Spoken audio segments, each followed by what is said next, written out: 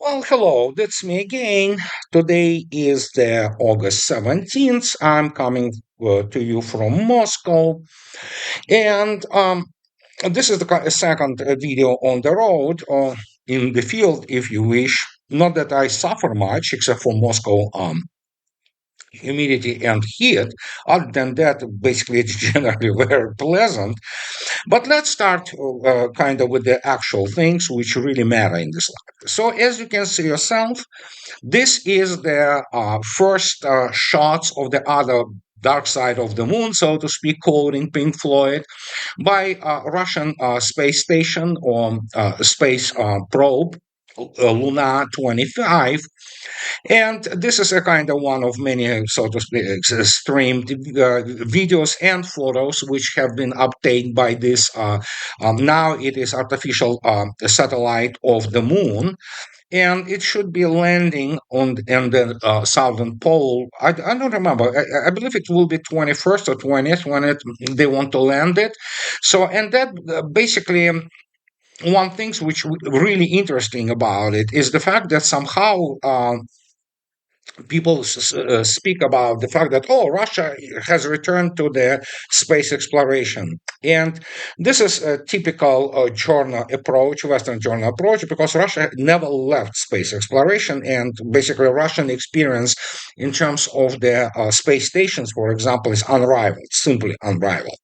And then, of course, many people still forget that actually right now there is a Russian space probe called Spectrum, which is a high resolution X-ray telescope, essentially hanging out there in the atmosphere in the between Sun and the Earth. So it's kind of more PR issue, but truth is Russia never really left space exploration and will continue to develop its space expertise. And Luna 25, well, we'll see how it's going to land, if it's going to land. Again, I am constantly stressing this issue. The probability of failure is not trivial in any kind of the space endeavors.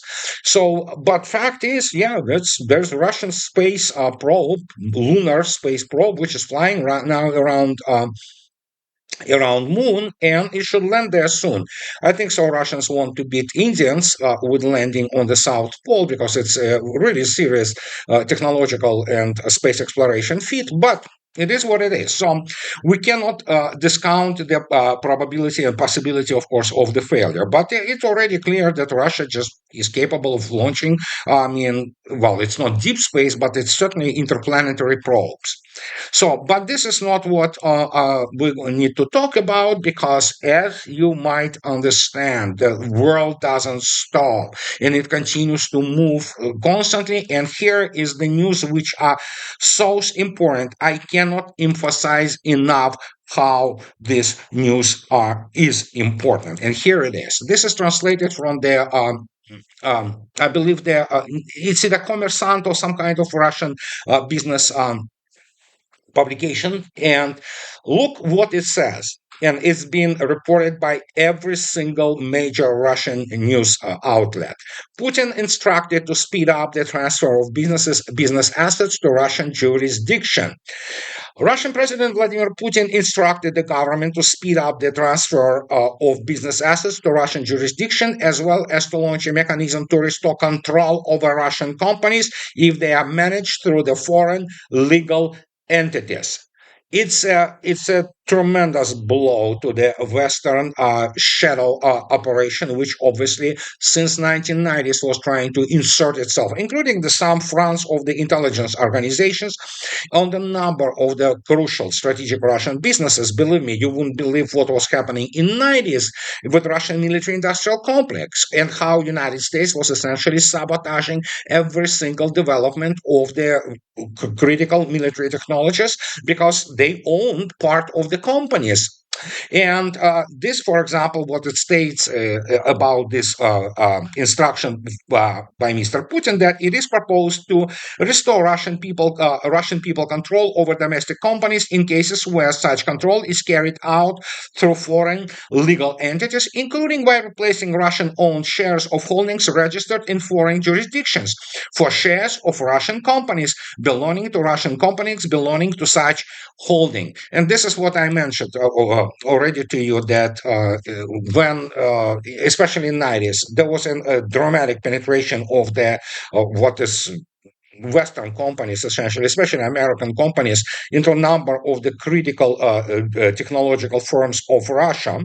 We're not talking about the issue of the so-called accounting and consulting companies, which essentially are nothing more than economic intelligence, and they studying the accounting or bookkeeping of Russian companies. For example, such organizations like International Monetary Fund or World Bank could manage, so to speak, the flow of information and continuously damage Russian companies, which, of course, many of them represented a direct competitor or sometimes very advanced, not just competitors, but leaders in some field. And just to give you example, I believe it was 1996 when one of the Moscow plants, which was making some advanced optics, including the optics for the satellites and, of course, optical electronic systems for such, for example, like special sites for bombers and for other kind of combat aircraft. I believe United States was able to gain in this company something like 51%. You can look it up. I mean, it's actually should be documented somewhere. And essentially, they bankrupted the company and removed any kind of their production manufacturing capability from it. So, and that's how it stopped producing this critical optical electronic systems for Russian Defense Ministry. It's not a secret that, for example, Russians until about 2012 2014, something like that, in especially in the first issues of the first models of T90A, their night vision and infrared thermal sights have been provided by French Thales. So not anymore. All those systems today are completely Russian made, and but that was the price Russians paid, especially during the criminal Yeltsin times. And now, as you can see yourself, Putin instructed the Mr. Mishustin, Prime Minister of Russian Federation, to actually supervise this. And yes, all of this, whatever is left now, because most of it have been returned under the Russian jurisdiction, so it will be returned back to Russians, and that will be it. Never again any kind of Western or any other foreign entity will be allowed to have any kind of the control or shadow control and management of Russian assets, especially in the companies with a strategic significance. And this ranges from their energy to, of course, nuclear to, of course, military industrial complex. Again, is if anybody doesn't know it yet, I will only repeat. For example, Yakov Design Bureau, which was responsible for the research and development and manufacturing and designing, actually, of the first highly unsuccessful but still decent aircraft like Yak 38, which was full blown vertical takeoff landing aircraft, and which essentially eventually designed outstanding VTOL fighters such as Yak 141, which was called Freestyle. You have to know that the moving nozzles and other systems which have been basically developed by Yakovlev Design Bureau in early 90s have been obtained by Lockheed Martin, I believe, and or Northrop Grumman. I don't remember who at that time was in charge. They paid $400,000 and practically moved their something like a ton of the technical documentation from Moscow to United States. This is how bad it was for Russians at that time. And so now it's over. It's kind of the final, the logical conclusion of this era. And yeah, nobody in Russia wants to remember it. So there you go. And so we have now the situation that Basically, Russians completely obtained the complete control over the Russian assets.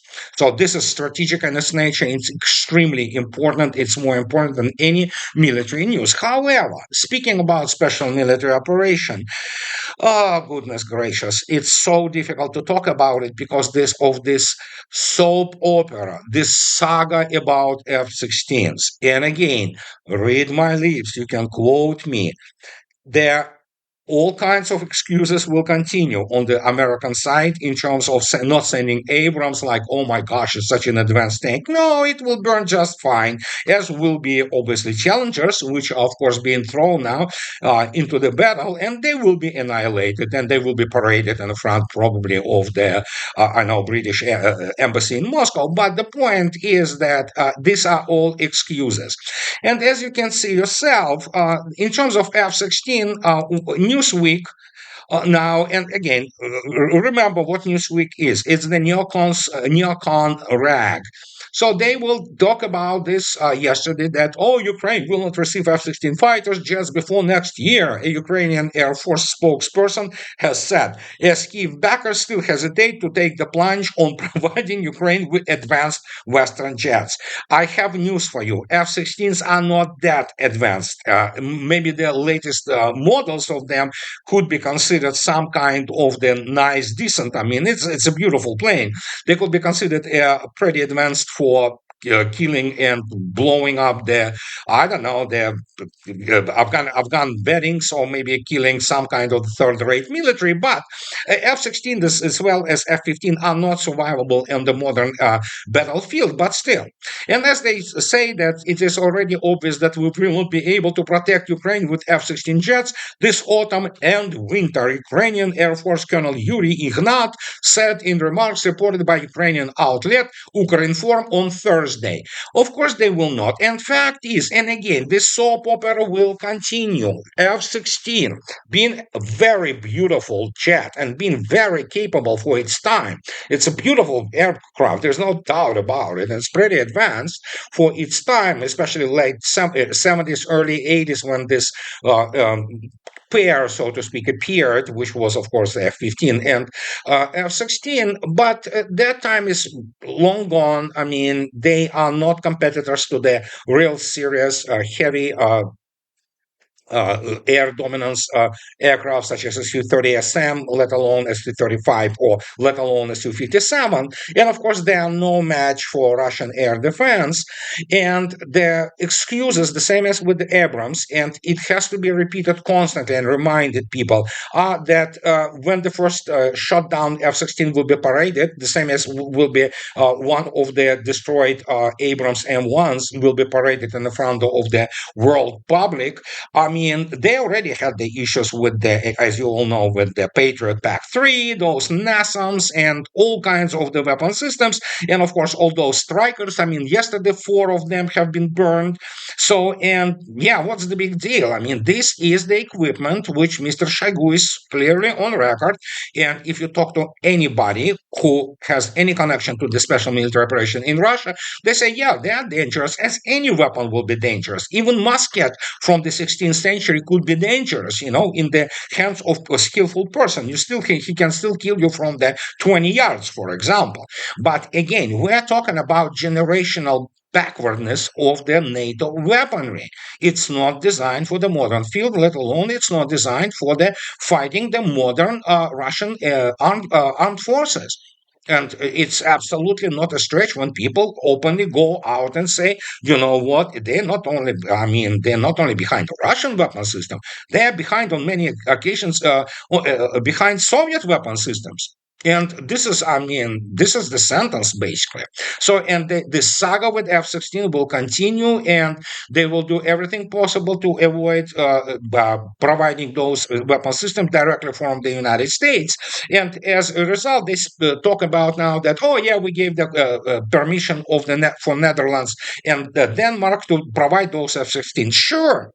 And how how to explain it? I don't know how you can really describe it any more than it has been already described. In order for you to fight really and be effective, you need to become a force.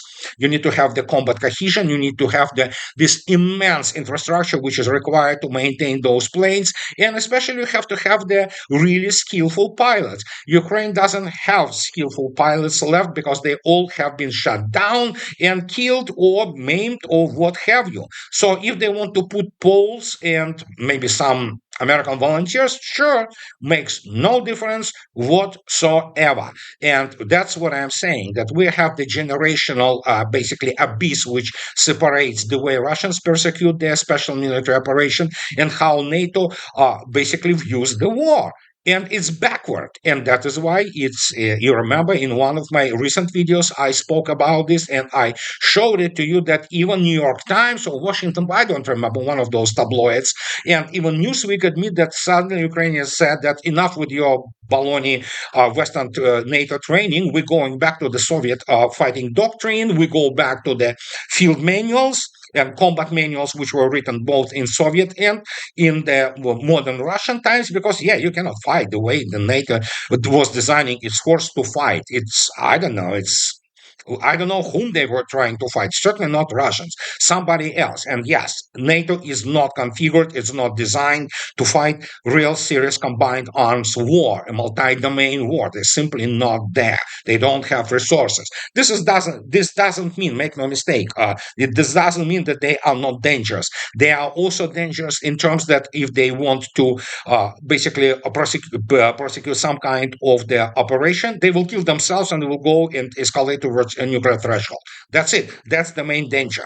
Of course, it doesn't mean that Russians will not die. They will also die, obviously. It's shooting war, always both sides suffer. But as we already know, the kill ratio between Russian armed forces and armed forces of Ukraine, something like, some people say 1 to 5. I would say it's much higher, 1 to 8 mostly. And some on some cases, in some sectors, it is as high as 1 to 17. So, and that is why there is a constant black, so to speak, dark accounting of the victims of war by Ukrainian government.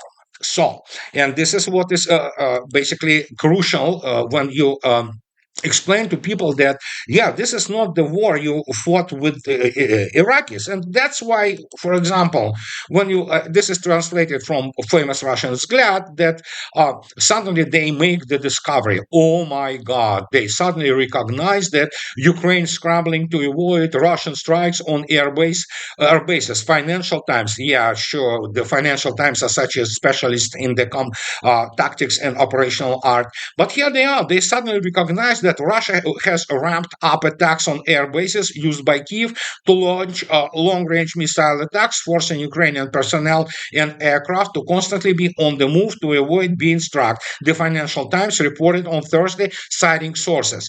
I have news for those sources for the Financial Times and for the Financial Times itself. So, apart from the fact that they have no clue what they're writing about, but Russia was attacking actually airfields and air assets of the armed forces of Ukraine non-stop since the inception of this special military operation. And so, I mean, what's the news? Yeah, because they want to stress that they delivered, so to speak, those storm shadows and scalps. Oh, absolutely. But was in the plans and it was prosecuted anyway. I mean, Russians did it from the get-go. And this is only natural. You attack airfields and you shoot down aircraft from the air, and you shoot down and destroy them on the ground, as Russians have. The best air defense are our tanks on the enemy airfield. That's the best air defense. So what do you do? Russia has the number and variety, astonishing variety actually, of the standoff weapons, and has the numbers which NATO cannot simply match.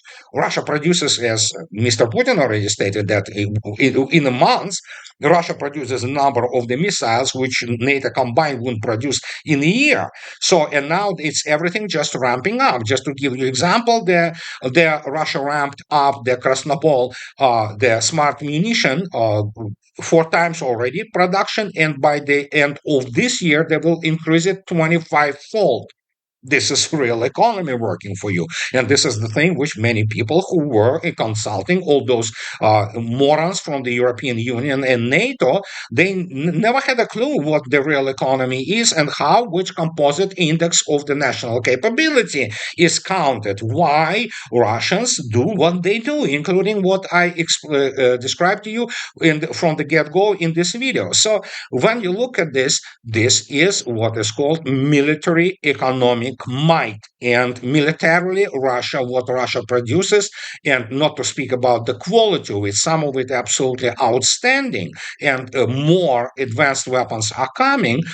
So when you look at this, this is you want to know the genius behind it? Well, I can tell you the genius behind it is Mr. Gerasimov, his general staff, and of course Mr. Shoigu is one of the greatest managers, basically in the century. The guy literally knows what he's doing, despite not being cadre officer. But he definitely, people say that he's, and I'm talking about people whom I know who know him personally. They say the guy is a genius, basically certified genius. So his ability to grasp the problem and issue and resolve it is just absolutely unmatched. And so that is why when you look at this, yeah, Russia is creating now the best fighting force ever, and it's a 21st century fighting force. And whatever is coming out right now, just to give you example, Hermes, this shaitan weapon, have been tried already to a devastating result, and whatever the munitions are coming out right now, those are, well, NATO doesn't even know how to deal with this. They have no defense against it. And that brings us to this issue, of course, that now all this, you know, pipsqueak French, and here's Franz Glad yesterday. They suddenly recognize that they are nobodies. This is what have been told, by many people. And suddenly, the United States struck the imperial ambitions of France in Niger. And guess what? It was indeed the United States which actually did everything to prevent from of the military intervention there so far. Yeah, and make no mistake, so far they may change their mood in Washington because nobody knows how they think really. They don't think rationally. But the point is, Russian news say that why did Washington shorten French imperialism? Well, because you know what, American imperialism needs to eat too, and French is in the way, and they will be removed. They are being removed as we speak. And in this particular case, if anybody thinks that France means something in the global arena today, no, she doesn't. Absolutely irrelevant, and that is why when Mr. Sarkozy, this midget, former president, suggests again some negotiations with Russia and settling the, well, which is essentially freezing the conflict. Well, too late, buddy. So it's not going to be frozen, and it doesn't really matter what French offer anymore. They wanted it. They meant a lot during the Gaulle time, Charles de Gaulle time, and they even during the Jacques Chirac presidency, for all those shortcomings, they still stood as the independent sovereign state which could influence world events. Not anymore. They are they're jackal, they're the lapdog of the United States, and as it was designed from the outset, the only thing which actually they designed relatively well because they can basically execute it. Europe is done. This is not me being facetious, it's just the way it is. And France goes the same way. The fact that they have some nuclear deterrent means absolutely nothing because economically they will be destroyed and are being destroyed, and they are destroyed culturally. Europeans are losing their identity as Mr. Wonderful English, intelligent, and basically almost aristocratic in his, expressing himself. Mr. Alistair Crook spoke yesterday to Judge Napolitana. French will become, and they are becoming, just another minority in their country. They don't have country anymore. Neither do Germans nor British. England is done. And as the result, because those natives, people of the origin, ethnicity, and culture will be just another minority, economically they are collapsing as I speak to you, and the United States will just make sure that it will, it's still everything there is in Europe. And so, yeah, bye-bye, guys. And that's what it is. It's tragic? Sure. I am a Western man.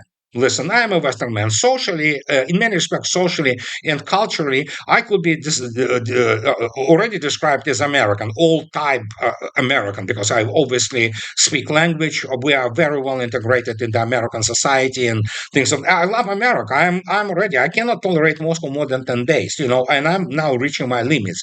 It's difficult to explain to people what Moscow is. It's just something unbelievable. It's sensory overload. Okay, so I'm already missing my good old, state of Washington, and I wanna go back, but. That's the point.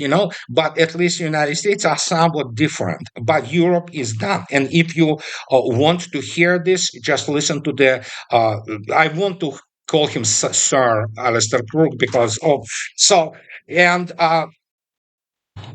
oh, I'm sure you understand. There's people calling me. Anyhow, this was my basically talk to you guys today. And as always, those who like what I do, please subscribe to my channel. And those who can afford it, please support me on Patreon and buy me a coffee or two. It is because of you guys, my patrons and people who support me, that I am able to do what I'm doing. And you know what? It's as I already stated, these are field conditions today, but it is what it is. And you know what? This is everything for today. And I'll talk to you later, guys. Bye bye.